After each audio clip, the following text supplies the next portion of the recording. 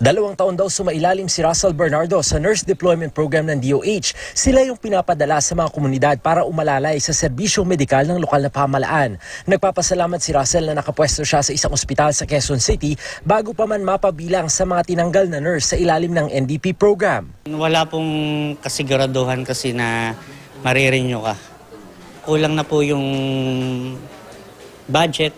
Nababahala ang Nurse Party List na tinatayang nasa 10 hanggang 12,000 nurses ang mawawalan ng trabaho sa ilalim ng NDP. Sa report na natanggap nila sa isang bayan sa Bulacan, mula sa 13, 5 nurse na lang ang naiwan. Sa Naga City, 50% din daw ng NDP ang hindi na ni-renew ang kontrata. Ang alam ko, may budget naman, di ba, na pinas na tayo ngayong 2018 budget. So dapat, ang ginawa ng Department of Health, gumawa sila ng plantilla positions for regularization and then sinabit sa Congress and then na-approve ito, dapat regular ang mga human resource for health. Naapektuhan yung serbisyong pangkalusugan dito sa Pilipinas. 7 sa 10 may sakit na Pilipino namamatay na lang nang hindi man lang nakakakita ng midwife o ng nurse.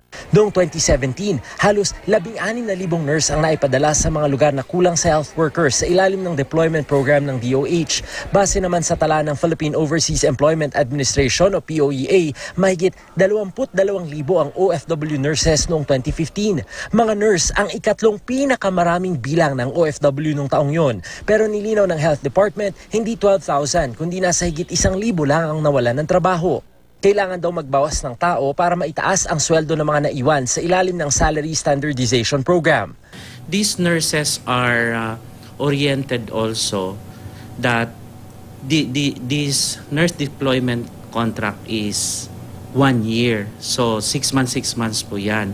Then after a year, depending on their performance, like performance during duty hours plus also their examination and interview, nare-renew naman sila. Yun lang, wala talaga siyang employer-employee relationship. Nasa 100,000 nurses sa bansa ang kontraktual kahit nagtatrabaho sa gobyerno. Patuloy naman daw na nakikipag-usap ang DOH sa DBM para madagdagan ang plantilla posisyon. Pero tuloy daw ang laban ng mga nurse. Nakakasana ang araw ng mass walkout nila sa Pebrero. Steve Dailisa, Nakatutok, 24 Oras.